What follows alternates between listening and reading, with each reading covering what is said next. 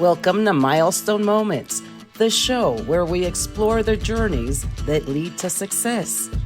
I'm Sheila Slick, your host and founder of 5 Milestones. In every episode, we will bring you insights from the minds of entrepreneurs, leaders, and experts who will share not just their expertise, but the milestone moments that have reshaped their journeys and led to significant achievements. So if you're looking for motivation, you're in the right place. Subscribe now and discover the milestones that mark the path to success. Welcome to another episode of Milestone Moments in Business and Leadership. I'm Sheila Slick, your host. And today, my special guest is Gwen Bortner. She is an operational strategist and business advisor with over 4 decades of experience in more than not one, not two, not three, but more than 47 industries. And she helps founders succeed in business without sacrificing happiness by identifying their true desires and aligning their business functions. And her approach comes from the belief that personal and professional success looks different for everyone, and that most business owners waste time and energy trying to conform to outside expectations and definitions of success. Welcome to the show, Gwen. Sheila, thank you so much for having me. I'm so happy to be here. So I want to learn a little bit about your backstory and then get to understanding how someone can work in 47 different industries. That's mind-blowing. Well, and so those two things go together. I started out my career as a freelance programmer way, way, way long ago when a PC was a brand new thing. They weren't even calling it a PC, it was still a personal computer. And as in doing so, that gave me opportunity to jump into lots of different industries to help them solve their problem. And so I did that for many, many years, probably close to 10 years before I ended up leading an IT department and then took several other, jaunts and turns. And then in the last 10 years, I've also been working with lots of different industries. But part of my career, most of my career has been working as a consultant for other businesses and industries. And because of the type of work I would do, I would have to get involved and deep into their information. And so a number of years ago, I was working with a coach, and his question, he was like, "So you've worked with a lot of industries?" I'm like, "Yeah." And he's like 10? And I'm like, "Oh yeah, way more than 10. Like I can name off 10 without even trying." And he's like, "More than 20?" And it's like, "Probably." And he's like, "Okay, your homework is to list them out." And so that's what I did. I listed them out, and I came up with 47 different industries that I've had some amount of knowledge and experience with over my 40 plus year career. So today, your specialization is consulting. You're not doing tech work. You're doing I'm not doing tech work, no. I focus now today in what I call business advisory. And for me, business advisory is looking at the whole business. So I'm not, I do look at tech, but that is not my primary focus. I also look at finance. I look at HR. I look at systems. I look at leadership. I look at planning. I look at all of those things as a kind of like an advisory board, but like an advisory board of one. how can someone make the mindset shift to go from solo to CEO? I'm going to start with part of what was in my bio. That's not necessarily a shift that everybody needs to make. And that's one of the first things that when I work with clients, I really get focused on is that something that you actually want? Or has social media convinced you that you're not a real business if you're not a CEO? And so there always needs to be some CEO activities, even if you are a solopreneur. But it's how much of that shift do you really need to make to be your definition of success? But if you are wanting to make that shift, one of the biggest mindset shifts you have to be able to do is let go of the how and focus on the outcome. And I think it's one of the biggest things that solopreneurs really struggle with as they move from solo to CEO is we're so used to having to do it all. We feel like the best way to do it, possibly the only way to do it, is the way that we do it. Whatever that piece is. But as we're moving into a CEO role, we really need to be focused on what is the actual outcome that we need and be way less concerned about the path. The other thing that we have to do is realize that we've got to be able to verbalize our why something is important to someone else, because that why often will be part of the path, but it may not be the absolute, step by step by step process of the path. But understanding why this outcome matters, why we're trying to do this, why all of those things. And as a solopreneur, it is so intuitive to us because that's why we built our business. It's how we built our business. It's all of those things. And so when we start there, it's like, well, I don't need to explain it because it's so obvious. But the thing is, it's on us, but it's not necessarily obvious to the people we're working with. And so being able to let go of the how and really focus on the result and why that result matters, so that whoever else we're bringing in is able to actually develop their own how that often, if we actually let them do their job, is actually better than the way that we were doing it. Why do so many business owners end up what we could say is externally successful, but stressed out internally? Well, I think this is back to we get caught in not defining our own definition of success. This is, to me, that's the perfect example of a simple question, but a really hard question to answer. And when we say, what is your definition of success? It's like, oh, and often as we start digging into whatever the answer is, it's like, but why is that actually important to you? What does that actually mean to you? As we start, pulling off the layers, of the paint to get down to, the bare wood floor, we realize that they don't actually know. What it is because someone said $1 million business is what is a real successful business. Is it? Maybe. But in some cases, $1 million business won't be successful for a person, but they were going after it and often can achieve it. But in that achieving, they have let go of their own definition of success. And we were seeing this a lot, probably a year or two ago, where people had quietly burned down their business and weren't talking about it. And then, like a couple years ago, were kind of coming out and talking about it. And this was exactly what it was. They had achieved outside success. I have $1 million business. I have this, I have that. But what they also had with that business were things that they didn't want. They had mouths to feed in the form of payroll. They had people they had to manage that maybe they didn't actually want to be managing people. Maybe the reason they left whatever their previous world was to start entrepreneurship wasn't to manage people. And so that means that the definition has to be defined for you. About a year ago, I was having a conversation with a woman who I said, the thing is, a lot of times people are like, if I achieve all of these things, then I will be able to, fill in whatever blank. And I said, a classic is when I get to this certain level, then I will have the freedom to do the things that I want to do, spend more time with my kids, be able to have meals at home, so on and so forth. But if you spend 20 years doing that, the kids aren't home anymore. Right. And as I said that, she started crying and she said, no, that's actually what happened to me. She said, my kids don't talk to me because I spent all of my time building the career so that I could spend time with them. But then I didn't spend time with them when they were there to spend time with. And so to me, that's this definition of success. We need to know what actually matters right now, make sure that we're doing things that get us closer to that right this minute. And maybe that means some of the other outside definitions of success will have to wait. Oh, that was such an unexpected answer, and it was so deep. You made my own heart beat. Yeah, it's a real question. Like I said, it's a simple question, but it is very hard to answer, and it takes a lot of time.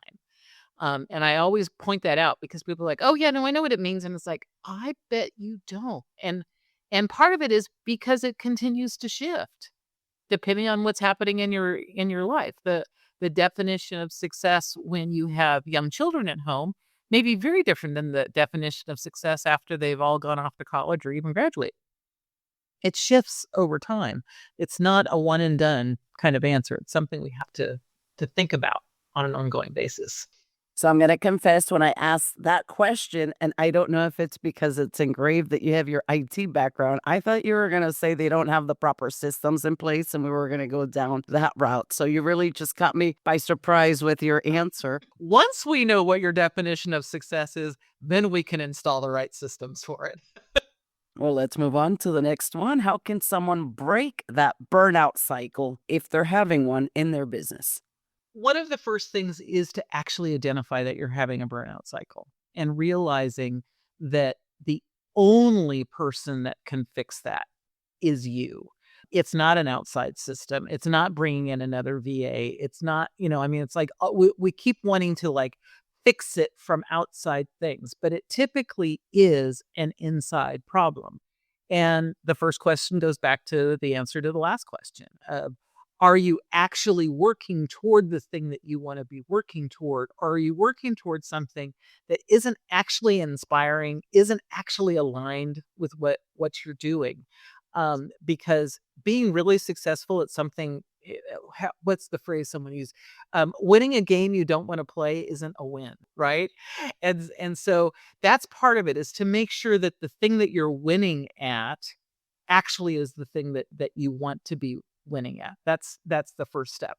Once you realize that, then is to look at what actually needs to change so that you can reclaim your time and your energy. As business owners, we get really focused on the money because it's an easy thing to measure. Money is very, very tactical. We can absolutely know, do you have $100 or do you have $1,000? It's very easy. Time we can kind of measure because we have these things, watches and whatnot. But time is kind of a weird construct anyway, but we kind of sort of measure it. But energy is the piece that we have a really hard time measuring. And it's, physical energy, it's mental energy, it's spiritual energy, it's all of those types of energy. And that's the place that we have to get really honest with ourselves, is our energy being used in the right place? Because most of the time, burnout is about energy depletion. It's not usually about money depletion. And it's not actually usually about time depletion. It feels like time depletion because energy and time are kind of closely related, but it's usually about energy depletion. Why is this draining me so much? Why am I not recharging? Because burnout really is about not recharging at a proper level. And sometimes it is about time. I'm spending way too much time working and I'm not taking enough time to eat properly, sleep properly, do all of those things. But it often is not about time. It's actually about I'm putting energy into things that don't actually fuel me. And over time, my gas tank just keeps getting lower and lower. So we have to be honest with ourselves. And it's not an easy process. And often we need someone on the outside to help us diagnose it because the voice in our head usually is not as honest as we want it to be. So now let's talk about the implementation gap. What does that mean? The implementation gap is where we're looking for X and we're at Y. And how do we get from here to there? And so the implementation gap is to say, what needs to change? How do we need to do things differently and not just keep doing the same thing? It's often also part of what I call root cause analysis, of actually getting deeper. We're very good at fixing issues that come up, but what we forget is often this issue is actually because of a deeper issue that's because of a deeper issue because of a deeper issue. And so that implementation gap is trying to get down to that root cause of the issue and saying, let's solve that and see how many of these others get solved as a result of that fix, whatever that fix happens to be. Sometimes it's about bringing in additional people, but sometimes it's about changing a system. Sometimes it's about cutting out things that maybe aren't actually valuable for you, your business, your customers. Often the implementation gap is the space where we're trying to put things in, and actually the trick for the implementation gap is taking things out and having less in there instead of more in there. But functionally, it really is about saying, what is that root cause that's going to get us from where we are to where we actually want to be, instead of just continuing to put, a band-aid on the cut. So, how can someone work with you? I actually have 3, main programs that I offer, and they're designed at different levels of business. All of our programs are based on an accountability process that we call the weekly course of action. And regardless of how you work with me, that's one of those places. And for many people, that's sufficient because it's a way that we're communicating back and forth, and I'm helping hold you accountable to what your definition of success is. Now, I work with women entrepreneurs. So, um, if you're a man, you can reach out. I will absolutely talk to you, and then I will redirect you to one or two of my most trusted colleagues.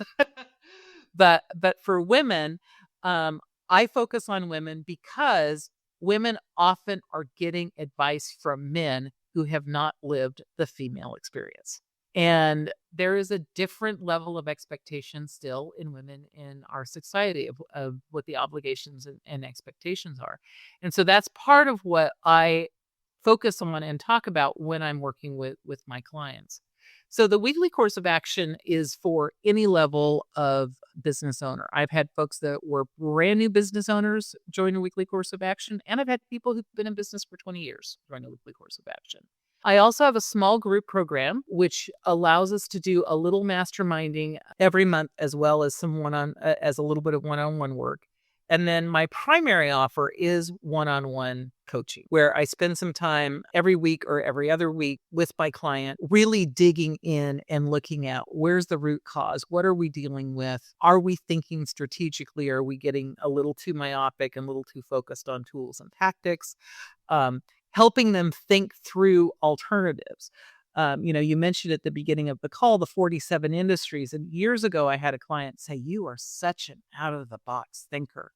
And I remember being struck by that, as like, that is not at all about how I think about myself. And then I started giggling, and she said, What?" And I said, "I'm not actually an out of the box thinker. I just know what's in everybody's box." And that was actually what I had done, is I had grabbed a tool, a tactic out of a completely unrelated industry that has used that tool and tactic for decades, and said, "What if we plug that into your situation?" And it felt so revolutionary and so unusual. So that's also part of what I provide when I'm working with my clients one-to-one, is to say, "Have you thought about this other thing that you probably have no idea even exists, because it's way outside of where your brain and your industry currently works?" The one-on-one work is my very favorite work because I really like digging in. So, before we wrap it up, I'd like for you to share one key takeaway that they can implement to become better about their own accountability. So, I guess the question is, what does everybody get wrong about accountability, and what step can they take today to be more accountable? The thing for accountability is, we have conflated task management and chasing down people and making people feel bad about not getting things done as accountability. And none of those things are accountability. Those are project management and, hassling and dogging people and shaming, and none of those things are actually accountability. Real accountability takes two people talking together to reflect and to problem solve. That's what real accountability takes. And when I start talking to people about accountability, they're always a little surprised. It's like, no, that's really all it is. It's reflecting on your decisions, both the good decisions and the bad decisions. Most of us only reflect on the bad decisions, but we should reflect on the good decisions too, so that either we can confirm it was actually a good decision, or it just got lucky, Or if it was a good decision, how do we make more of those? Right? Uh, but also the problem solving. If we're stuck, if something's not moving forward, how do we actually solve that problem? And my number one tip is to change the way we ask the question. So typically, when we're in an accountability kind of process, what we will ask is, why didn't that get done? Right? That is the standard way that we will ask the question. Why didn't that get done? Well, as soon as we use the term why, our brain, being, back to humans are complicated, goes into an automatic defensive mode. And depending on which brain starts first, sometimes it's the very nasty brain in our head that we wouldn't let wouldn't talk to anyone that way. We'll say, well, because I'm stupid, because I'm lazy, because we'll have all of those very, very negative things. Other times it will still be about, well, because I had so many things I had to do, and we start coming up with excuses, right? But if we change the framing of the why to a what or a how question, our brain actually skips all of that useless conversation and immediately goes into problem solving mode. So instead of saying, why didn't you get that done? You could ask, what prevented you from getting that done? It's exactly the same question, but our brain goes into a completely different place. Completely different place. It immediately goes into problem solving mode. Or you could ask, um, how do we need to approach it differently so it gets done this week? Same thing. Completely different place. It's still the same question. It functionally is the same question. But instead of focusing on defensive excuses, feeling bad about ourselves, we immediately go into, how do we solve this problem? What really is the issue? And in doing that, we actually are being held accountable and or are holding someone else accountable in a way that's helpful and that's actually going to move the needle in the way that we want to move the needle. So I'm a why kind of girl. Most of us are. Oh my gosh, our natural tendency is why. Yes, and I love it because to me, it invokes curiosity, right? Like, why does that work that way? So the way that you just explained it made me reframe my own way of thinking just now. Like, even with myself, should I use why versus how? Or what?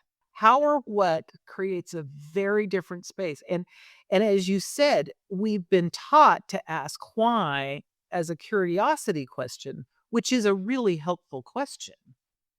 But our mind doesn't go there. I mean, there are times that why makes perfect sense. But so often, if we change it to what or how, it really changes the answer. I can already see me now. Why? No, wait. Let's think this through, Sheila. Now let's see it from the what perspective. And now we're going to see it from the how perspective before I make that decision.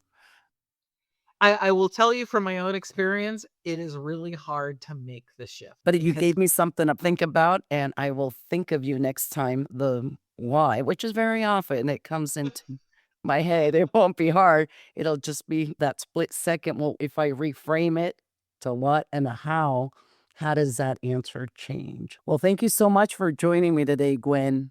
Sheila, I have enjoyed the conversation and appreciated all the questions and the opportunity to be here with you.